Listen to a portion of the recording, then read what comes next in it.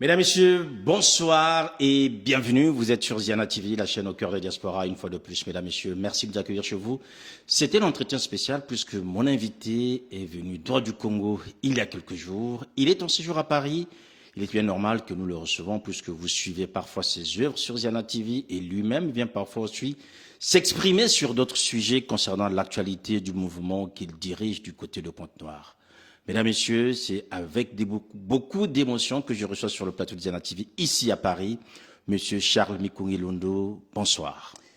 Bonsoir, Monsieur Sir Makosso. Et si l'émotion fait partie de l'expression de Sir Makosso ce soir, moi je dirais que cette émotion chez moi prend une proportion très grande dans la mesure où, dans l'atmosphère, si on peut l'appeler ainsi, de ce que nous vivons depuis un certain nombre d'années, eh bien, Ziana TV est à gauche, Ziana TV est à droite. Et dans cette quête de l'impartialité, quoi de plus beau que de se retrouver ici en direct et répondre aux questions qui seront les vôtres, qui seront peut-être celles de ceux qui nous suivent. Parce que, vous savez, s'exprimer est une chose, faire comprendre est également une autre chose. J'ai lu sur Internet, quelque part, on disait je me contente de ce que je dis et libre à vous de comprendre ce que je dis. Parce qu'on se rend compte à un certain moment qu'on aime écouter, mais on n'assimile pas ce qui est dit, ce qu'on écoute. Et très souvent, on a des a priori.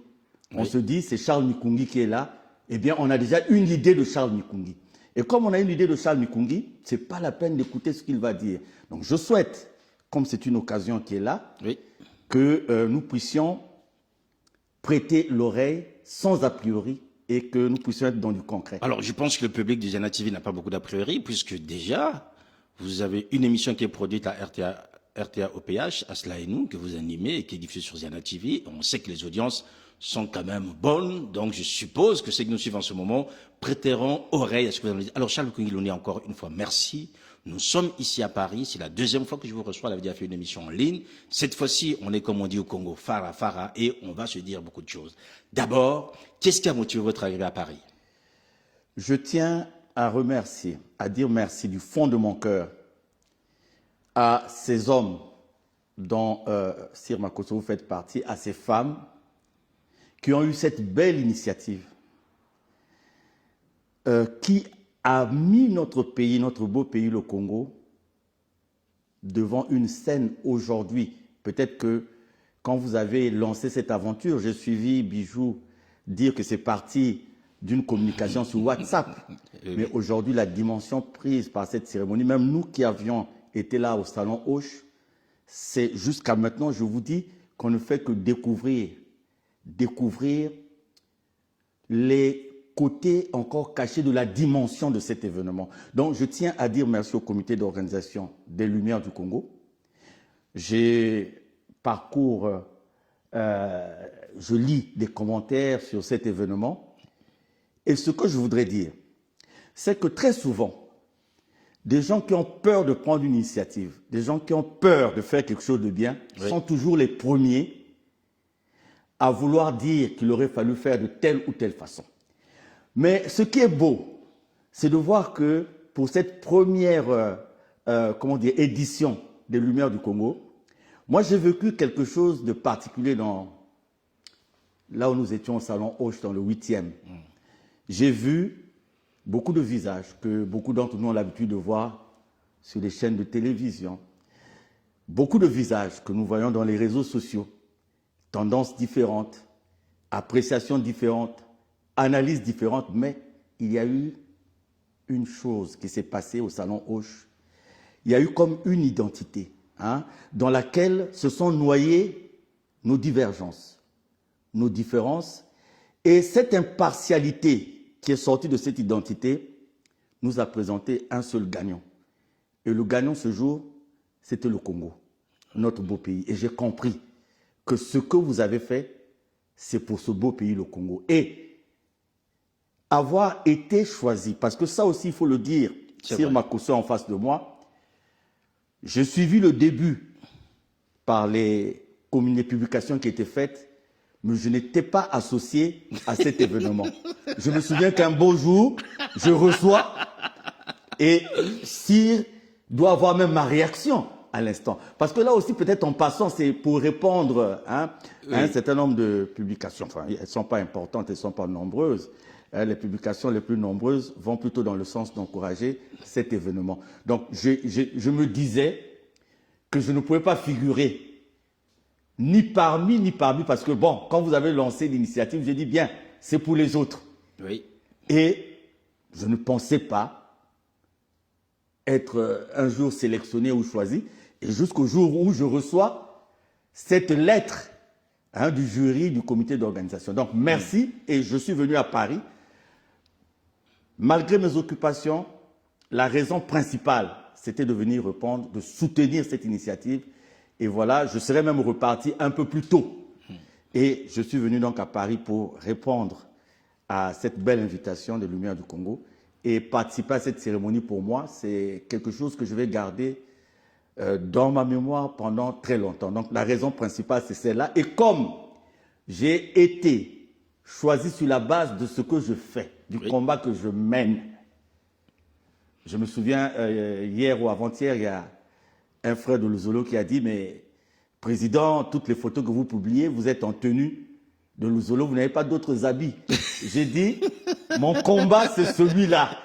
Et en prenant le vol d'Air France, j'ai dit, c'est sur la base de la mission de Guy-Émile Houphouët-Sétikwabo que je défends, puisque la communauté, c'est la communauté de Guy-Émile Houphouët-Sétikwabo. Donc, du premier jour de mon séjour à Paris jusqu'au dernier jour de mon séjour, c'est de parler de lui.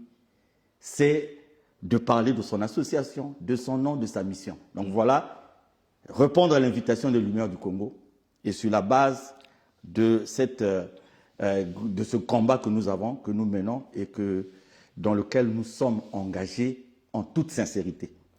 Voilà, c'est aussi en toute sincérité que vous êtes exprimé par rapport aux Lumières du Congo. Il faut dire, mesdames, messieurs, vous qui n'avez pas eu le temps de suivre cette cérémonie, c'est que nous avons eu des hommes et des femmes qui sont venus du Congo, parmi lesquels Charles Nkongi Londo, vous avez eu le chroniqueur Hugues Vogel, ainsi que d'autres personnalités qui étaient présentes, afin de pouvoir célébrer l'excellence, puisqu'il faut le dire aujourd'hui, le Congo a des fils et des filles qui brillent à travers le monde et même là-bas au pays. L'originalité, Charles Nkongi, de cette manifestation, c'était d'associer ceux qui sont ici et ceux qui sont aussi là-bas. C'est-à-dire que ce n'a pas été une manifestation propre à la diaspora, mais en reconnaissant non seulement ceux qui ont la charge administrative de notre pays, parmi des ministres ou encore des maires, mais aussi vous qui avez la charge des âmes, et notamment vous avez été donc lumière du rayonnement religieux par rapport à votre implication dans le Zolo Asla OPH et surtout pour le récépissé 884/83.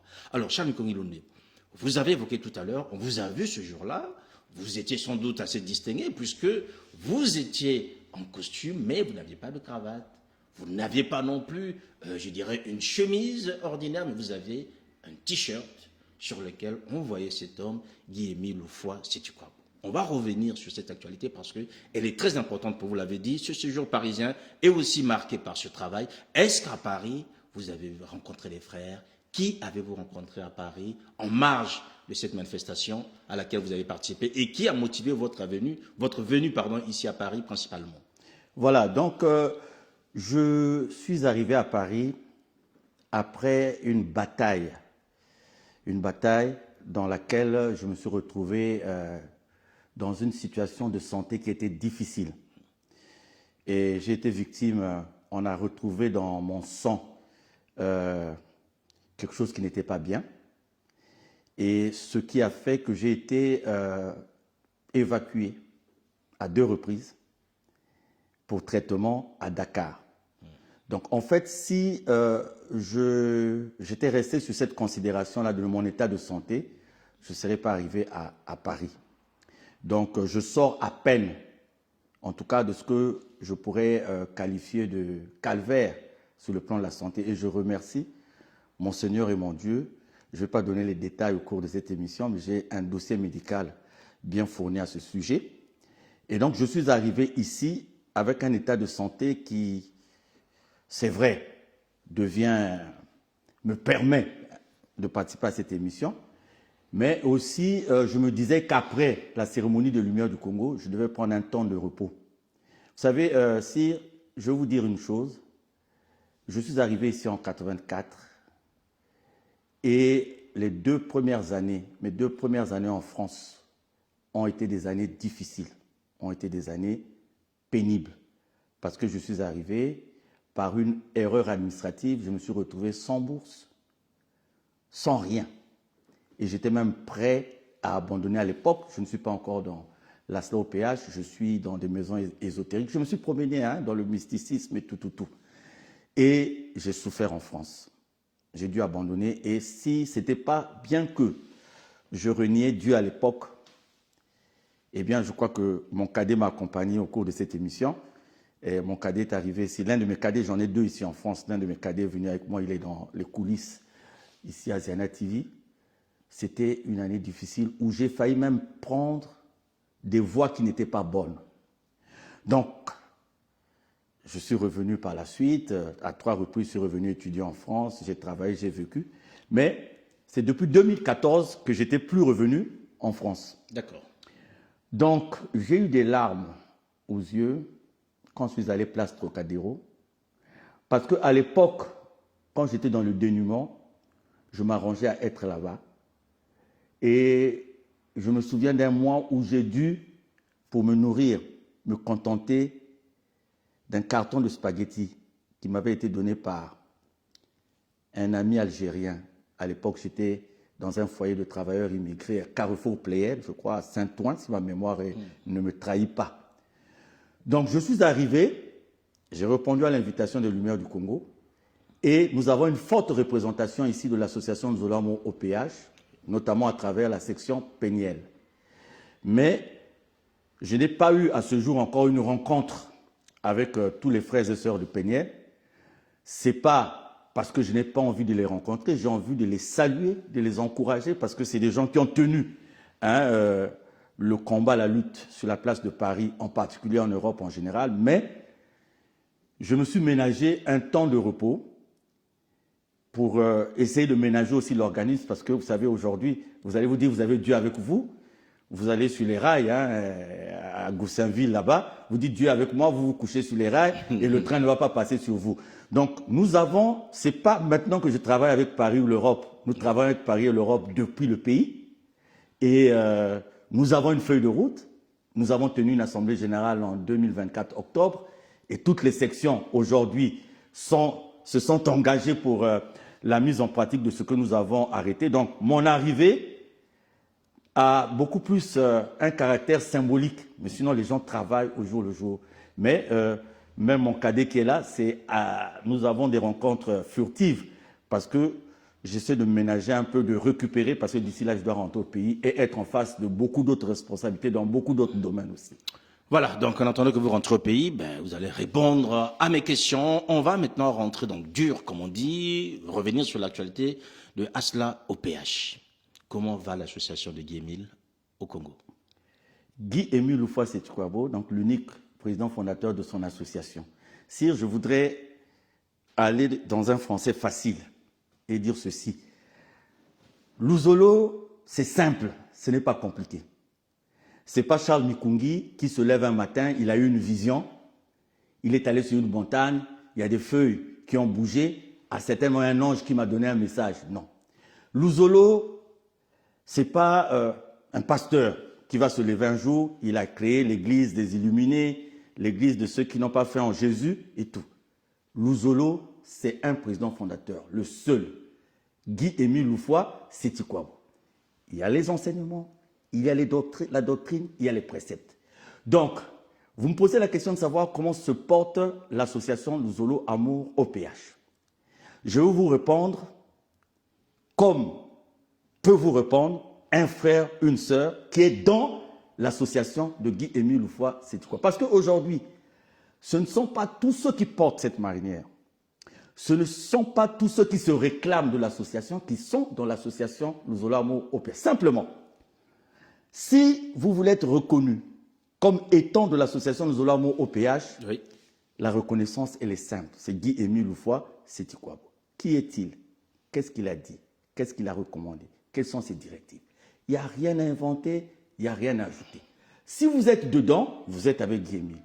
Si vous n'êtes pas dedans, vous n'êtes pas avec Guy Émile. C'est simple. 2. L'association Luzolo Amour OPH n'est pas un parti politique pour dire on va se réveiller aujourd'hui, il y a un problème d'alliance, il y a un problème de conjoncture, il y a un problème de circonstances, on va faire ceci. Donc c'est tout à fait simple. Et comment elle se porte? Pour moi, l'association Luzolo Amour OPH de Guy Émile Houphouët-Sédhiou se porte bien, celle que je connais. Et celle que je connais, c'est celle de Guy Émile. C'est simple, sire. Vous allez entendre des choses à gauche, vous allez entendre des choses à droite. Il y a un tableau par lequel vous reconnaissez ce qui est de Guy Émile et ce qui n'est pas de Guy Émile. Peut-être nous allons revenir tout à l'heure. Nous avons, c'est vrai, nous avons eu une période où, par rapport à l'absence physique de Guy Émile Houphouët-Sédhiou, tous ceux-là qui, pendant des années, se sont évertués à contrecarrer sa mission. Parce que je vais dire des choses un peu de façon crue. Hein. À un moment donné, je vais même enlever des gants. Vous savez, Guy Émile, dans sa mission, on parlera de sa mission tout à l'heure, quand il évolue, quels sont les freins?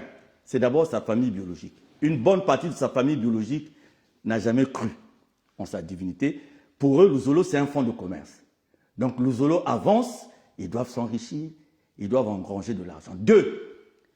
De par le caractère particulier de Guy Émile Houphouët-Sédhiou, il y a des gens, je le dis ouvertement parce que j'en ai non seulement les preuves, mais j'ai aussi les supports, il y a des gens qui, sur un plan mystique, ne supportent pas la lumière en Guy Émile Houphouët-Sédhiou. Donc, depuis toujours, c'est des gens qui ont eu tendance à prendre les dispositions pour mettre fin à sa mission. Victime de plus de 30 attentats, Guy Émile Houphouët-Sédhiou. Sir Makosso, aujourd'hui au Congo, il y a beaucoup d'hommes de Dieu, il y a des évêques, il y a des pasteurs, il y a des églises aussi nées des pères fondateurs. Mais le harcèlement à l'encontre de Guy Émile Houphouët-Sédhiou, on ne le retrouve pas au niveau de ces gens-là. Il n'a jamais tué, il n'a jamais fait de ce qui peut attenter à la vie des autres. Ce que nous connaissons de Guy Émile, c'est ce que nous autres nous connaissons. Moi qui étais mort, il y a quelqu'un qui m'a posé la question de savoir, parce que je l'ai dit lors de... Comment j'étais mort? J'étais mort, oui. Ma mère a fait ce témoignage. J'étais mort, je suis revenu à la vie. Il y a des gens aujourd'hui qui critiquent Guy Émile Houphouët-Sédhiou, mais qui étaient au seuil, à la porte de la mort, qui l'a sauvé, qui l'a ramené à la vie. Oui. Qui l'a ramené à la vie. Moi, c'est cet homme-là, quand j'ai parlé de patrimoine. Donc, ce combat-là, il faut se poser la question de savoir pourquoi les autres confessions religieuses sont dans le calme. Leurs dirigeants ne sont pas attaqués. Leurs dirigeants ne sont pas persécutés. Pourquoi aujourd'hui, il y a comme une persécution qui se résume seulement en la personne de Guy Émile Houphouët-Sédhiou. Donc voilà, l'association, elle se porte bien. Elle se porte bien comment? Nous évoluons. Vous avez suivi quand même entre-temps, sur le plan économique, nous sommes en train d'évoluer. On viendra là-dessus. Alors moi, ce que je voulais juste que vous nous disiez clairement, en fait, je vais dire en français simple, ce que vous avez dit, c'est que l'association aujourd'hui est divisée. Elle est divisée. Mais on va arriver, mais si vous permettez. Puisque vous, on va arriver. Si on sort le mot divisé. Oui, c'est moi qui sors le mot parce que. Non, je vais pas parler de la division dans le solo, mais je vais juste compléter le mot divisé. Je complète en disant oui, l'association est divisée comme l'Église catholique aujourd'hui, en Église orthodoxe, en Église romaine, comme l'Église aujourd'hui dans le on est divisé. Ceux que vous citez là vivent en paix. Sauf qu'aujourd'hui, au sein... C'est ce que j'ai dit tout à l'heure. Par rapport à la scission dans laquelle vous vivez aujourd'hui, il n'y a pas de paix puisque vous êtes dans les tribunaux. Il y a une impression aujourd'hui qui se dégage.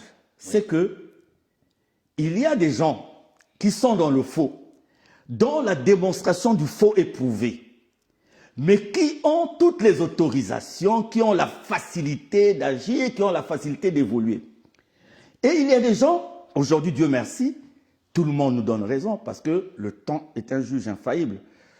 Aujourd'hui, vous avez ceux du 884-83, quand ils voulaient aller prier quelque part, il y avait opposition. Nous avons même eu des frères et des sœurs à nous, en Caï, au cours d'une séance, des mamans et des papas qui étaient venus juste pour la prière, qu'on est venu prendre par la police et tout ça. Oui, c'est vrai. Mais ce que je voudrais dire, Sire, c'est qu'aujourd'hui, la démonstration de la forfaiture a été faite. La démonstration du faux a été faite. Nous avons prouvé aux yeux Mais du la monde... justice n'a pas encore tranché. Hein. Non, mais nous sommes très avancés dans la justice. Je vais Oui, vous mais dire en ce qui concerne n'a la pas justice. encore été tranché. Voilà, je vous réponds en ce qui concerne la justice. Oui. En ce qui concerne la justice, nous sommes partis de quoi? Lorsque la fameuse note de Madingo qui m'exclut est prise en 2016, je me rapproche, avant même qu'elle soit prise déjà, je me rapproche de ceux qui prenaient cette note. Quand la note est prise, je vais encore vers les mêmes personnes. Je leur dis, retirez ce que vous venez de faire parce que vous n'allez pas supporter les conséquences de ce que cela va impliquer. Et c'est sur la base de ça, quand on dit souvent que c'est nous qui sommes allés dans les tribunaux aussi, si Makosso, je ne peux pas aller dans un tribunal dans les affaires de Dieu, comment voulez-vous que j'aille demander aux hommes de la terre de régler un problème qui est de Dieu? C'est eux qui sont partis. Le tribunal, ça a commencé. Maintenant, je vais vous dire aujourd'hui, les deux clés qu'ils semblaient détenir sur le plan de la justice. Un, le fait qu'ils avaient gagné en première instance un procès sur la qualité de membre. C'est-à-dire que cette décision prise en première instance ne me reconnaissait plus comme membre de l'association. Ça, c'est la première clé. C'est que vous avez été exclu de l'association Voilà, par décision de justice. Ça, c'est la première clé. Oui. La deuxième clé, c'était la décision prise en première instance qui invalidait notre récépissé. Au jour d'aujourd'hui, en deuxième instance, la décision sur la qualité de membre, la Cour d'appel de Pointe-Noire a débouté les amis. Donc, je suis... Donc, ça veut dire qu'aujourd'hui, vous avez retrouvé votre statut de membre de plein droit. Tel que vous me voyez, gentiment habillé, serein, calme, oui, la Cour d'appel de Pointe-Noire. Et le plus dur, c'est que cette décision du tribunal administratif de Bas-Congo, qui invalidait le 884, cette décision a également été déboutée par la chambre administrative de la Cour d'appel de Brazzaville. Donc les deux clés sur lesquelles nos amis se basaient, vous avez même vu que dernièrement à Brazzaville, nous avons évolué librement. Pour vous donner l'appréciation de l'administration par rapport à ces décisions de la justice, nous sommes allés vers le préfet de Brazzaville et toute son équipe. Et quand nos amis sont venus faire opposition, ils ont amené des décisions qui étaient caduques et nous avons amené les nouvelles décisions. Et c'est sur la base de ces décisions que nous évoluons. Donc les deux clés qu'ils avaient, surtout sur, et c'est là où le bas blesse, surtout sur le récépissé. Sire, nous avons fait la démonstration que ce récépissé-là a été demandé le même jour et obtenu le même jour.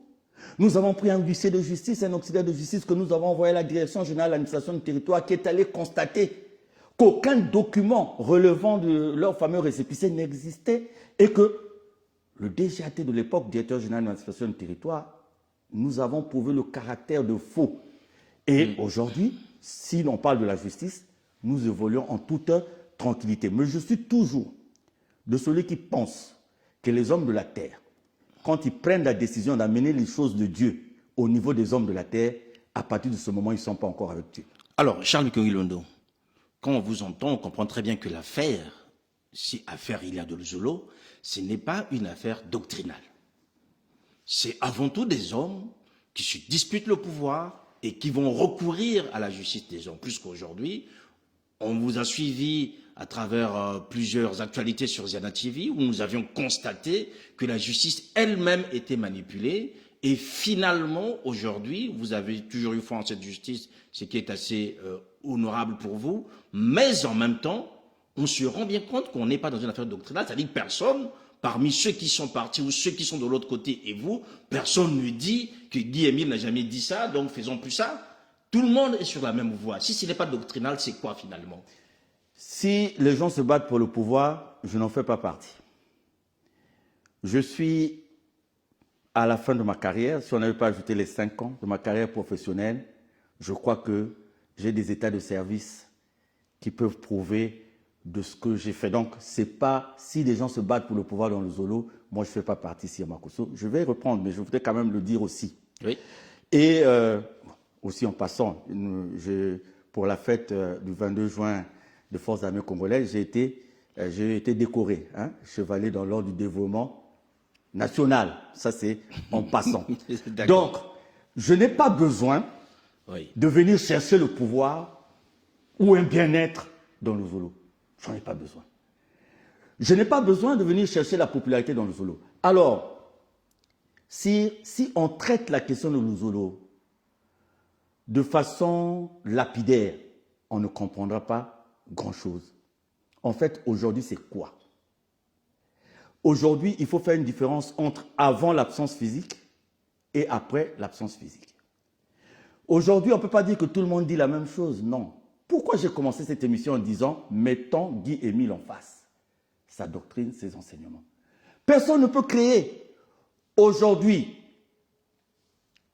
si vous êtes pilote de l'Airbus A330, eh bien, vous n'allez pas prendre les manuels du Fokker 27. N'est-ce pas? Vous rentrez, vous êtes formé pilote de Airbus A330 et vous n'allez pas prendre...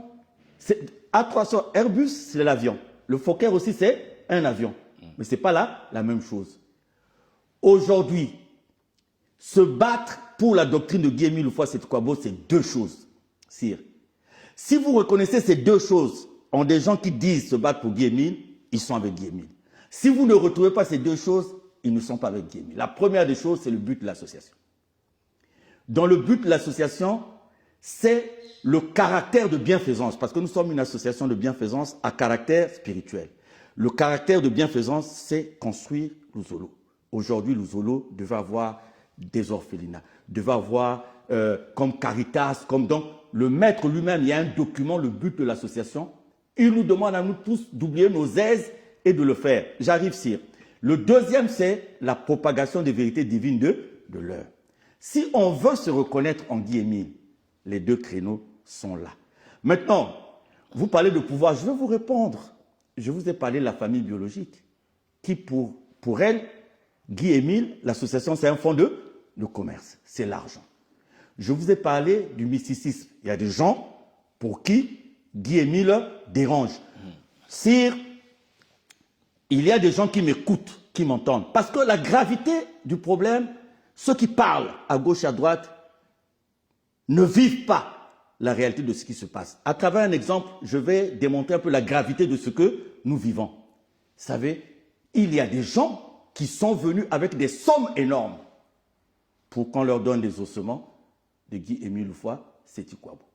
Je ne vais pas rentrer dans les détails, mais au moment où j'ai ces informations, j'ai des témoins et j'ai des preuves. Pourquoi on cherche les ossements de Guy-Émile Houphouët-Sétou-Kouabo? Guy-Émile Houphouët-Sétou-Kouabo ne vaut rien. Il n'est rien. Mais pourquoi il y a eu cette bataille pour chercher à avoir ces ossements? Et il y a des gens qui ont touché des sommes d'argent pour ça. Des membres de la famille? Je ne dirai rien. Je ne dirai rien, mais je donne là une indication. Quand les gens veulent rendre vulgaire cette bataille de Luzolo, eh bien moi je ne la rends pas vulgaire. D'abord, elle ne peut pas être vulgaire par rapport à ce qu'est Guy-Émile Houphouët-Sétou-Kouabo. Moi, je ne peux pas traiter Guy-Émile Houphouët-Sétou-Kouabo. Ceux qui peuvent le traiter de n'importe qui, c'est ceux qui ne savent pas. Mais moi, sire, je viens de loin. Je viens de loin et je suis ce que je suis, c'est grâce à lui. Donc, je sais de qui je parle. Et sire, la démonstration est faite, si vous le voulez. Nous reviendrons au cours d'une émission pour ne parler que de Guy-Émile. Je vous dis, si j'ai parlé de lui en termes de patrimoine, sire, bien que homme de la terre, cet homme-là n'est pas un homme de la terre. Moi, je crois que toute la guerre qui est faite à son encontre est liée à cette qualité-là. Toute la guerre qui est menée contre lui est liée à cette divinité. Et je peux vous donner des éléments, parce qu'aujourd'hui, vous pouvez faire des miracles. Le magicien peut le faire. Vous pouvez faire des miracles, le féticheur peut le faire. Mais il y a des choses qu'un homme de la terre ne peut pas faire, que seul Dieu peut faire. Par exemple, si aujourd'hui on a vécu la canicule ici, en France, et ces 2 derniers jours que la situation a tendance à changer un peu. Oui. Déjà, regardez ce que nous avons subi avec la canicule. Mais nous avons vu, pas seulement nous, et même les gens qui ne sont pas dans le Zolo, ont vu Guy-Émile dans la lune et dans le soleil. Le degré de chaleur qu'il fait dans le soleil. Nous avons Guy-Émile, nous l'avons prouvé, qui n'a pas de nombril. Il est né sans placenta. Nous avons 2 exemples, un ancien et un nouveau. parmi les anciens exemples, nous avons l'enfant d'une autorité qui est encore autorité de la République aujourd'hui. Victime d'un accident de la voie publique, le cerveau dehors. On prend l'enfant, on met dans un casier de la morgue. La maman, on n'arrivait pas à la réconforter parce qu'elle était touchée. Et moi, je dis que c'est un plan de Dieu quand elle rencontre une personne qui lui dit « Va à Tbilissi » à l'époque. L'enfant est dans un casier. Si c'est un témoignage, ceux qui ont vécu ce témoignage, certains sont encore vivants. La maman va. Et Guy-Émile lui dit « Prends cette bouteille », c'était la bouteille de Primus, une marque de bière de l'époque. Comme ton mari est une autorité, qu'on ouvre le casier et tu mets sur les joues de cet enfant la bière. Et cet enfant va. Et la maman, là, avec la foi, c'est ce qu'elle a fait. Cet enfant est aussi autorité aujourd'hui. Cet enfant qu'on a sorti de la morgue. Ce n'est pas une histoire. Vous savez, nous avons l'habitude de valoriser ce qui se passe ailleurs.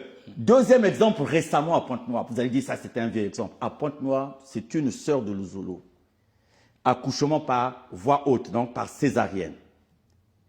On retire l'enfant, la maman meurt. Vous savez, en termes de décès, il y a ce qu'on appelle le constat de décès et la déclaration de décès. Le constat de décès, il est fait quand la personne, le cœur cesse de battre, mais on recommande souvent d'attendre un délai de plus de 55 minutes où il y a irréversibilité du retour du fonctionnement du cœur.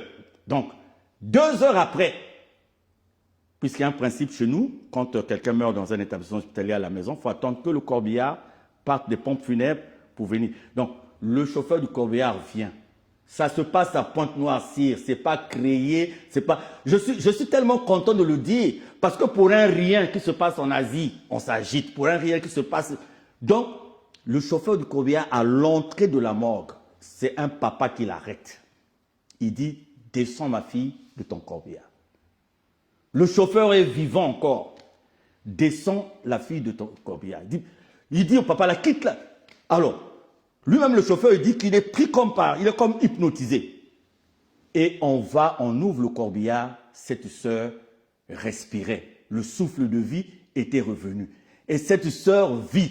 Sire, voulez-vous que je considère une personne comme ça, comme je veux considérer mon père ou mon ami ou quoi? Pas du tout. Alors, jusque-là, en fait, je comprends très bien là où vous voulez nous emmener, mais j'aimerais quand même que nous restions sur des éléments tangibles de la crise que vit actuellement ASLA au PH. Vous avez évoqué des éléments doctrinaux, mais quand vous discutez avec ceux qui sont de l'autre frange, personne ne s'oppose à la doctrine qu'a laissé Guy-Émile. Ils sont dans le Zolo. Ah ben, enfin, après, eux, ils les retament. Et il faut leur poser la question de savoir quels sont les signes qui prouvent qu'ils sont restés avec Guy-Émile. Alors, eux, ils le réclament. Moi, je n'ai pas tous les éléments. C'est ça, c'est la question qu'il faut leur poser. Quels sont les signes? Mais j'espère qu'ils viendront à votre place ici un jour, ceux qui sont à Paris, parce qu'ils me l'ont promis, ils ne viennent pas toujours, même ceux qui sont au Congo, pour essayer. Moi, j'ai demandé un face-à-face. Sir Makosso, j'ai demandé un face-à-face. Vous savez, quand vous avez raison, vous n'avez pas peur d'un face-à-face. Oui. Quand vous avez des éléments crédibles, concrets, vous n'avez pas peur d'un face-à-face. Moi, j'ai réclamé le face-à-face. Est-ce que le problème doctrinal, et c'est celui qui vous oppose, ou bien c'est un problème de leadership? En ce qui nous concerne, nous, c'est la doctrine de Guy-Émile, c'est sa mission que nous défendons. Et cela, vous pouvez vous en rendre compte dans nos actes. Ce n'est pas une affaire de non, je vous explique pour les autres. Oui. Pour les autres. Enfin, les autres, ils diront peut-être pas la même chose, parce que vous expliquez pour eux... mais ça, c'est connu. Moi, je viens de converser, je converse maintenant tout le temps. Vous savez, ils sont un peu en débandade, hein. Je peux vous le dire. Ils sont en débandade. Parce que j'avais dit ceci. Ça, j'aime suivre une série qu'on appelle Les Enquêtes Impossibles. Vous avez quelqu'un qui a commis un crime. 20 ans après, il croit qu'il est sauvé. Il est rattrapé au bout de 30 ans. Vous savez, vaut mieux vivre avec la vérité que personne n'accepte pour le moment, mais vous vivez dans la quiétude parce que vous avez la vérité, que de vivre dans le mensonge. Vous savez que c'est le mensonge et vous avez une vie faite de stress. Donc, aujourd'hui, là, le temps est en train de tout démonter. Le temps démonte quoi, en fait, sire? Le temps démontre que quand Guy-Émile s'exprime, quand il y a cette présence physique qui est encore là, personne n'a levé le doigt pour faire ce qu'ils sont en train de faire. Sire, pourquoi j'ai dit tout à l'heure que je ne pouvais pas être associé à quelque chose de leadership? Pourquoi? Parce que je ne me suis pas réveillé un matin pour dire, moi, Charles Mikungi, je vais faire ceci. Sire, 10 ans après, moi je suis content qu'on fasse cette émission 10 ans après la note de Madingu. 10 ans après, regardez le 884-83. Le mouvement ne s'est pas affaibli. Au contraire, il y a des gens qui viennent de l'extérieur. Vous savez, Gamaliel a dit ceci dans la Bible. Quand les gens ont voulu accuser les apôtres de ce qu'ils n'avaient pas fait, Gamaliel a pris des exemples. Il a dit, telle personne est arrivée en telle année, mais après, ça n'a pas mis du temps. Telle autre personne est arrivée, ça n'a pas mis du temps. Attention, si ces gens-là sont véritablement mus par Dieu, eh bien, vous les hommes de la terre, vous ne pouvez pas les arrêter. 10 ans après, le 884-83, sur un plan général, harcelé, persécuté. Mais là où même les gens devaient se poser des questions, sire, quelle est cette spiritualité où pour avoir raison, ou pour revendiquer une raison, quelle est cette spiritualité où eux qui disent qu'ils sont en contact avec Guy Émile Houphouët-Boigny, ils disent même, hein, l'un de leurs responsables dit qu'il reçoit les appels de Guy Émile à midi 15, à 12h20, à 14h20. Bon, comment les gens qui disent qu'ils sont en communication avec Guy Émile Houphouët-Boigny, mais alors, quand un Charles Mikungi, par exemple, fait la résistance, mais au lieu de repartir vers le même Guy Émile Houphouët-Boigny, eh bien, eux, ils ont préféré aller vers les tribunaux. Vous savez ce qui s'est passé, sire, sur un plan professionnel? On m'a fait une fiche. Jusqu'à dire qu'un jour après la communication du président de la République, moi, je suis allé faire une autre communication à la RTOPH pour contredire la communication du président de la République. Aujourd'hui, si ce n'était pas Dieu, si aussi, au niveau de ma hiérarchie, les gens ne me connaissaient pas, les gens ne savaient pas ma façon de faire, eh bien, les gens avaient tout entrepris. Je vous dis, je sors d'une situation de santé qui est difficile. Quelle est cette histoire de Dieu où si on veut défendre Dieu, il faut mettre le poison, il faut empoisonner les autres. S'il faut défendre Dieu, il faut chercher à mettre les autres en prison. S'il faut défendre Dieu, il faut aller bloquer les comptes bancaires des autres. Je vais vous prendre 3 noms. Charles Mikungi Lundu, Bikindu Bisombolo Jean-Pierre, Lévi Nziengi. Des 3. Donc Charles Mikungi Lundu est le plus mauvais. Il est vraiment le diable. Parce que c'est le seul qui a eu des tentatives d'assassinat. C'est le seul pour qui on a fait des fiches pour qu'on l'enlève de son boulot. C'est le seul qu'on a traîné dans les tribunaux. C'est le seul dont on a bloqué les comptes. Donc je suis plus mauvais que Lévi Nziengi, plus mauvais que Bikindu Bisombolo. Mais quand je me retourne un peu, je me dis, mais tiens, mais ce qu'on est en train de me faire, c'est ce qu'on a fait à Guy Émile. Que les gens restent tranquilles. Le temps est en train de faire la démonstration de tout. Et ce qui est de Dieu. C'est-à-dire, là où je ris, c'est qu'en fait, on a voulu prendre Guy Émile pour n'importe qui. Ah voilà, il y a l'absence physique. La famille se dit, nous on doit prendre l'affaire. Oui. Ceux qui étaient à côté, qui n'aimaient pas Guy Émile, disent, bon, on va profiter aussi de vous, la famille, on va faire union. Et il y a même des gens qui avaient la confiance de Guy Émile, en qui papa avait fait confiance, qui ont eu à le trahir. Nous, si on était comme eux, dans les tendances, là, il y a l'un des dirigeants qui a quitté un moment Luzolo pour repartir à la fraternité blanche universelle. Pourquoi ce dirigeant avait eu des problèmes avec Guy Émile? Mais quand j'arrive à Paris en 2014, je reçois ce dirigeant à Sceaux-le-Château où j'étais logé. Je le reçois avec son équipe. Et je lui demande de dire à son équipe quel est l'objet réel du différend qu'il avait avec Guy Émile Houphouët-Boigny, parce qu'à l'époque, Guy Émile le suspend. Je dis, explique aux autres. Alors, donc, leadership, ça n'a rien à voir. La volonté du fond, c'est d'arrêter cette mission. Les gens s'étaient dit, dès que... Il y a même le déroulement de tout. Quand on va changer le récépissé, quand on veut changer, quand on veut, c'est ça. Mais nous, c'est pas ça. Franchement, moi, je suis ici, Sire, je vais finir par là. Je suis ici, Sire. Je vais dire cette confidence. Vous m'avez, le comité d'organisation, choisi. Vous m'avez donné le prix du jury pour le rayonnement spirituel et religieux. Et particulièrement en parlant de la communauté Luzolo. C'est une fierté pour Luzolo, c'est une fierté pour Guy Émile Houphouët-Boigny. Mais je veux vous dire, j'avais le droit de me mettre en mission, puisque je venais pour l'honneur de l'association de Guy Émile Houphouët-Boigny. J'avais le droit de demander à l'association Luzolo à mon repéage de me faire déplacer sur Paris. J'avais aussi le droit, en arrivant à Paris, de demander au président du Cameroun de prendre les dispositions pour me loger comme les autres font, comme Febikindou Bissombolo, comme font les autres. Mais Charles Mikungi est ce qu'il est. Sir Makosso, c'est mon ONG, Espace Solidarité Santé, qui est différente de Luzolo, qui a payé mon billet. Et comme il y avait un retard sur le plan consulaire, donc j'ai dû prendre mon billet Air France le même jour. Et vous savez que dans pareilles circonstances, le billet coûte très cher. Donc j'ai 1 200 000 de mon billet aller-retour, c'est mon ONG. Ce n'est pas Luzolo qui a payé, c'est mon ONG qui a payé. Je suis arrivé ici, demander au président du Cameroun, à part la rencontre fortuite que nous avons eue au Salon Hoche, on ne s'est pas encore vu. Les frères et sœurs m'appellent, président, on doit te prendre en charge, président. Charles Mikungi Lundu n'est pas à Luzolo pour tout ça. Et voilà que c'est mon cadet. L'hôtel dans lequel je vis, c'est mon cadet qui a payé le premier jour au dernier jour du séjour, c'est mon cadet. Celui qui m'accompagne même aujourd'hui. Parce que chez nous, on peut avoir des divergences sur le plan spirituel, on peut avoir des divergences, mais la famille reste la famille. Donc c'est dire que les dirigeants de Luzolo, ceux-là pour lesquels Guy Émile a eu à se plaindre en 2008, qui mangent l'argent de Luzolo comme s'ils mangeaient les arachides, c'est dit de Guy Émile. Les dirigeants de Luzolo qui cherchent les aises en cherchant des postes de fonction, Charles Mikungi Lundu n'est pas de ces dirigeants-là. Alors, on va essayer d'avancer. Luzolo, si vous traduisez en français, c'est amour. Luzolo, amour, on est vraiment dans une sorte de tautologie qu'on utilise deux langues. C'est une très belle chose. Qu'est-ce qui fait que vous n'arrivez pas à vous reconnaître? Où est l'amour entre vous? Pourquoi continuer à porter ce nom de Luzolo Amour, même si c'est Guy Émile lui-même qui a voulu que son association puisse porter ce nom, alors que, visiblement, vous vous haïssez, vous n'arrivez pas à vous réconcilier, on ne sent pas vraiment cette véritable, je dirais, ce véritable élan pour que tout ce à quoi nous assistons puisse cesser et que finalement, Guy Émile soit fier de vous qui aujourd'hui devriez continuer son œuvre.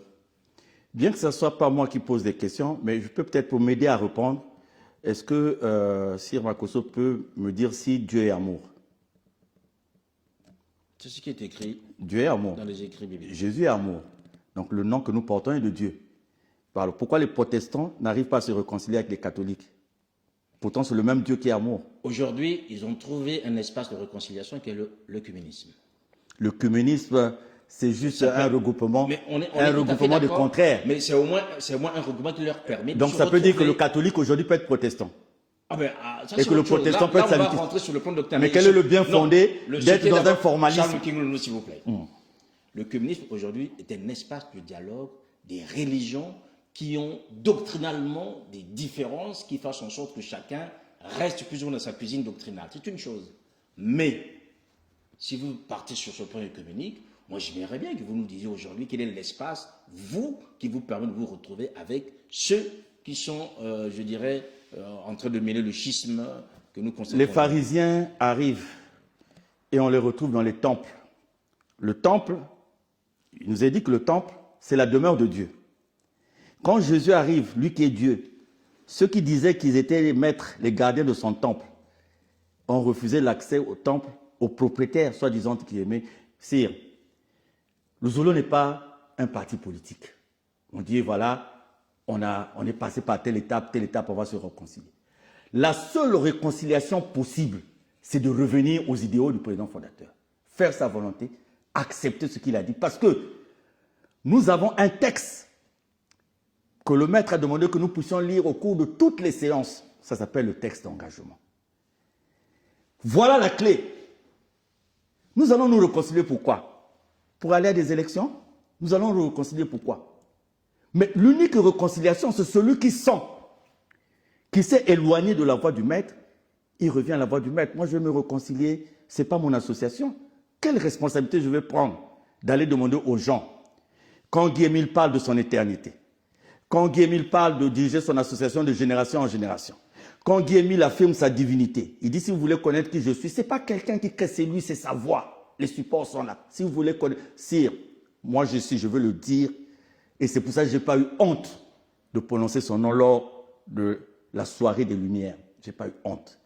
Moi, j'ai été rosicrucien et beaucoup d'autres choses. J'ai été initié au fétichisme très jeune, à l'âge de 12 ans. Mon cadet, l'autre de mes cadets, j'ai 2 cadets ici, l'autre Syriaque, s'il était ici, il peut parler de l'expérience commune que nous avons vécue à Komono, auprès d'un féticheur qu'on appelait Mukwama, qui est décédé depuis. Syriaque pouvait témoigner. J'ai été initié au fétichisme. Mais, quand je suis au bord de la mort, en novembre 1988, et je suis né un mois de novembre, je suis né un 19 novembre, et quand je suis au bord de la mort, c'est donc un 19 novembre que je vais à Kibossi, que j'accepte d'aller à Kibossi. Toute ma famille était rentrée dans l'Ouzolo, et moi, il m'a fallu 5 ans après, parce que j'ai combattu l'Ouzolo, j'ai combattu Guy-Émile, j'ai cassé les sanctuaires qui étaient chez moi à la maison. Ma mère, mes soeurs ont témoigné, mon frère est là. Mon petit frère, dont je parle, Syriaque, qui est ici, à Paris, il a fait son bac sur le lit de l'hôpital, il était opéré. J'ai combattu l'Ouzolo. Et quand je suis à bout, que je sens la mort devant moi, parce que s'il ne faut pas se le cacher, beaucoup de gens, pour les biens de cette terre, vont signer des pactes. Et avec des conséquences qu'ils connaissent. Mais la joie de vivre ne fait pas ouvrir les yeux pour voir ça. Donc moi, quand je suis au bord de la mort, je n'ai nulle part à aller. Voilà comment on m'amène à Kibossi. Mais moi, c'est en novembre 1988 que j'ai su qui était Guy-Émile Houphouët-Boigny. C'est-à-dire la première fois que j'ai touché la terre de Kibossi, j'ai su qui il était, qui était Guy-Émile. C'est pour ça que je dis aujourd'hui, ne peut parler de Guy-Émile que quelqu'un qui croit en Guy-Émile. Nous n'avons pas besoin des acteurs de cinéma, nous n'avons pas besoin des acteurs de théâtre dans ce champ-là. Kinobi Sombole, Lévi Zengue, eux, ils ne croient pas en Guy-Émile. Je ne cite pas leur nom. Enfin, moi, je peux les citer. Oui. Aujourd'hui, c'est simple de voir sur le terrain. Donc, voyez, je suis même rempli d'émotions. Sire, j'oublie un peu ce que j'allais dire pour dire ceci. J'ai des amis qui ont été avec moi à l'école des cadets, qui sont aujourd'hui des grands responsables. J'ai des amis qui ont fréquenté avec moi ici. Beaucoup sont retraités. Il y a des généraux français qui ont été de ma promotion, soit à l'école du Val-de-Grâce, soit à l'école du service de santé. J'ai été avec des amis ici, que ce soit à Gargenville, au foyer des travailleurs immigrés où j'ai vécu, que ce soit à Pléiel, que ce soit à Brest. Vous savez, il y en a certains d'entre eux qui me disent, quand ils voient le degré de persécution, de tribulation, ils me disent, mais Charles, qu'est-ce qui te fait? Pourquoi tu restes là-bas? On te connaît quand même, Charles, on te connaît ça. Pourquoi? Et moi, je leur dis, voilà, vous posez une belle question parce que vous m'avez connu. Et vous pouvez vous dire, pourquoi j'ai laissé tout ça pour aujourd'hui défendre Guy-Émile? Ce n'est pas pour un salaire, contrairement à ce que les gens disent. Nous sommes bénévoles, que ce soit moi, ma personne, que ce soit mon suppléant, Tacite Ténor Tombekende, que ce soit Arnaud Bicamo en France et d'autres, nous sommes des bénévoles. Et moi, j'ai même l'habitude de dire au président Tacite Ténor Tombekende, montrons l'exemple. Quand il y a une action, moi, quand Guy-Émile me donne les responsabilités, sire, je lui dis, papa, je n'ai pas les moyens de faire ce que tu me demandes. Et je ne voudrais pas toucher à la caisse de l'Ouzolo pour faire ce que tu demandes. Oui. Il m'a dit ceci, ce que tu viens de dire est une prière. Et voilà, depuis ce jour-là, ce que j'entreprends comme affaire, ça va de l'avant. Et raison pour laquelle j'étais l'une des rares personnes devant un tribunal où on m'avait condamné à payer 50 millions à l'association Luzolo. On ne pouvait pas demander à un Koroman, un pauvre Koroman de Fontiété de payer 50 millions, c'est que les gens savaient. Donc, si aujourd'hui, il faut demander aux gens, vous parlez de Luzolo, est-ce que vous êtes dans Luzolo? Vous parlez de Guy-Émile, est-ce que vous êtes en Guy-Émile? Alors, on va essayer d'avancer. Aujourd'hui, vous parliez tout à l'heure que vous êtes une association de bienfaisance à caractère spirituel. Concrètement, qu'est-ce qui se fait sur ce plan de bienfaisance? Très belle question, Sire. Toute la question est là. Voilà que nous avons dépensé des sommes et des sommes dans les tribunaux, chez les avocats. Vous savez, certains d'entre nous sont allés même corrompre. Hein. Nous avons des preuves de corruption. Moi, j'ai voulu prendre un papier quelque part et la dame me dit, non, vos amis m'ont donné 12 millions. si vous voulez que je vous donne ce papier, vous me donnez 15 millions pour que je remette. Ah oui, sire. Si j'étais comme les autres, vous savez, je n'aime pas exposer la nudité de notre association. Je n'aime pas exposer la nudité de notre association. Donc, sire pose là la question fondamentale. Et cette question, c'est celle qui est posée par Guy-Émile Houphouët-Boigny en janvier 2008. Il envoie une cassette en janvier 2008. Parce que ce qu'il faut dire, c'est que la personne qui est en face de vous est bien placée pour vous parler de l'association de Zolo Amo OPH. Pourquoi? Parce que les 2 ans qui précèdent l'absence physique de Guy-Émile, c'est sur ma modeste personne qu'il assoit la responsabilité de développer son association. Et ça, c'est connu même de ceux qui aujourd'hui veulent ne plus le reconnaître. Quand Guy-Émile parle, il demande à Bikini Bissombolo de venir à Pointe-Noire. Si vous venez chez moi à Pointe-Noire, j'avais aménagé un studio équipé pour lui. Parce que le maître avait dit, il doit venir faire école à Pointe-Noire. Et il demande aux responsables de venir faire école à Pointe-Noire. Pourquoi? Parce qu'entre 2006 et 2008, c'est à ma modeste personne qu'il donne un certain nombre d'instructions. Vous allez même suivre dans l'une de ces audios du président fondateur, il dit qu'il faut qu'il me dise certaines choses de ce qu'il compte faire de son association. Et c'est des choses que même le délégué permanent n'est pas encore au courant. Tout le monde le sait. Si les milliers et des milliers de personnes qui viennent là, au 884-83, ce n'est pas des fous, ce n'est pas des drogués, mais c'est des gens qui ont écouté la voix du maître. Ce n'est pas moi qui le suis. Comme on dit, non, je manipule tout. Ce n'est pas moi qui le suis. Donc, le grand problème, c'est le développement de notre association. Si je dors, je me réveille, je me dis que devant Guy-Émile Houphouët-Boigny, même moi, je n'ai pas encore fait ce qu'il faut faire. Mais qu'est-ce qui a été fait? J'arrive. Oui. Je veux dire, qu'est-ce que nous avons compris? Quand le maître envoie cette cassette, nous avons compris ceci. Notre association, bien que relevant de la loi de 1901, est restée une association traditionnelle. Pilotage à vue, aucune méthodologie, rien. Rien, absolument rien. Nous avons 2 facettes dans notre association. Association de bienfaisance à caractère spirituel. Mais nous relevons de la loi de 1901. Et nous avons pensé qu'on pouvait engager un certain nombre de choses dans notre association. Mais si le cadre de fonctionnement n'était pas réglé, tout était voué à l'échec. Nous sommes repartis de l'histoire de notre association où le maître lui-même a voulu faire de son siège social une belle cité. Il y avait un projet d'un micro-barrage où rien que les études ont coûté 47 millions. Moi, j'étais dans le comité de ceux qui ont collecté l'argent pour la construction du centre médico-social de Kibossi. Nous avons collecté 200 millions à l'époque. Et vous arrivez sur le site aujourd'hui. À l'époque, quand nous avons inauguré le centre médico-social de Kibossi, il n'y avait ni puisard ni fosse septique pour un projet de 200 millions. Nous n'avions pas, dans une zone qui n'avait pas une couverture en électricité, nous n'avons pas pu mettre l'énergie solaire qu'on pouvait avoir avec cet argent-là. Le maître, après, crée une école de métier avec une, comment on appelle, une menuiserie industrielle, une imprimerie, une mini-station de carburant, d'essence et tout. Cette période-là, qui devait consacrer le développement de notre association, avec la prise dans la vallée du Niari de ce qu'on appelait du domaine de Sinda, qui devait être un domaine agro-pastoral avec école, nous avons calculé les sommes qui ont été collectées parce qu'au moment où Guy-Émile nous confie la mission de faire l'audit, quand tout ça là échoue et qu'il veut savoir ce qui s'est passé, les gens avaient brûlé, cassé les disques durs des ordinateurs pour faire perdre les données. Mais de quelques données que nous avons recueillies, sire, nous avons calculé des collectes de 973 millions.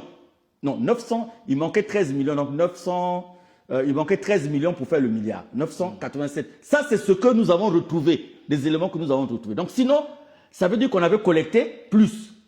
Et le maître dit dans sa cassette qu'on lui amène un appareil de soudure estimé à 80 millions, mais qui ne servait à rien. On nous a pris un tracteur payé en France de 80 millions qui poussait à longueur de journée et qui n'a même pas fait un mois. Donc, nous avons dit ceci. Nous allons avancer. Mais pour avancer, ce ne sont pas les hommes qui comptent. Il faut un système fort. Donc, nous allons mettre les garde-fous.